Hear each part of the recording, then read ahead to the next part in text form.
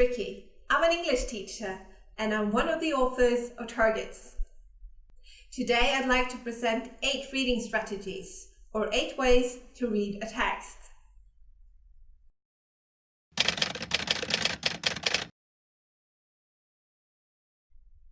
You need to prepare for reading.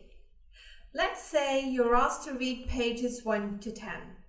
Spend 2 minutes looking at the different elements on the pages, such as headlines, pictures, introduction, and keywords. This is a good way to prepare your mind for what you're about to read. Your Norwegian teacher may have talked to you about something called bisomblick. Bisom stands for bilde, innledning, siste avsnitt, overskrift, notabeneord, or just important words and phrases. So remember to look at all these elements I mentioned before you start reading the text.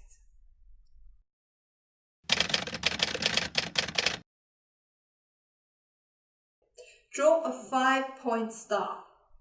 In the middle of the star, write the name of the main character of your short story. At point 1, you write hears.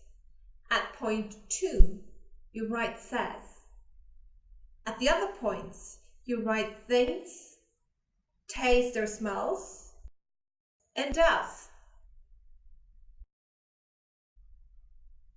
When you read the story, you jot down something the character hears in the area around hears.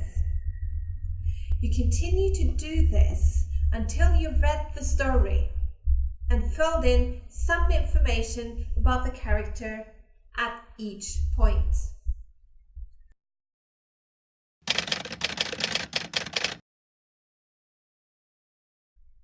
If you're reading a factual text, read the first sentence in the paragraph 3 times. Very often, the first sentence functions as a headline for the entire paragraph. If you understand the first sentence, it is so much easier to understand the rest of the paragraph.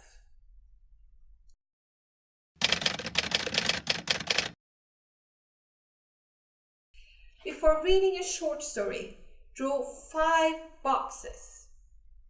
While reading, choose 5 significant events in the short story. Write a sentence or 2 about each of these events in the 5 separate boxes.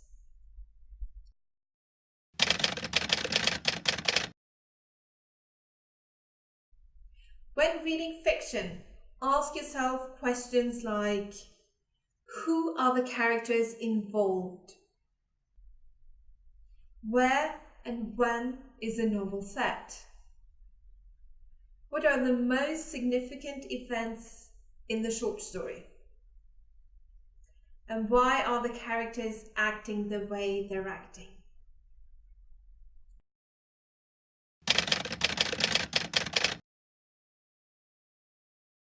When you read a short story for the second time, compare and contrast 2 of the most important characters in your story.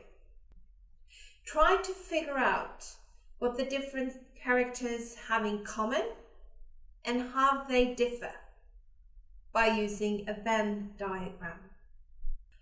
Look at this Venn diagram. On the one side of the diagram, you list the words and phrases that describe the character Lisa. Do the same thing for the character of John. In the middle of the diagram, list what the 2 characters have in common.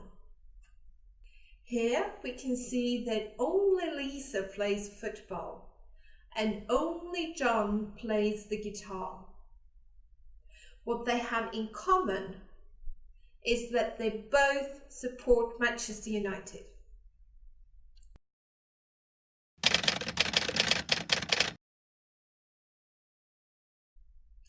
Taking notes will help you understand a factual text better. Let me show you Cornell Notes, a well-known note-taking system.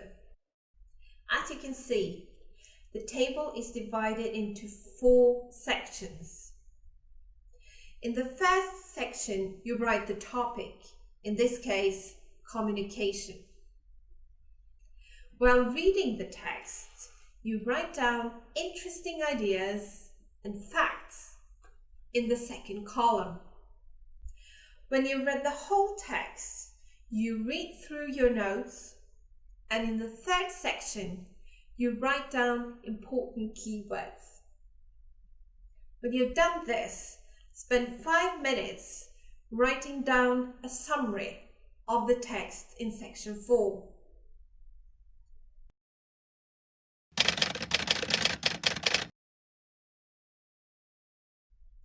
Let's say you worked on the US for a month now, and you would like to sum up the most important ideas in the text you've studied.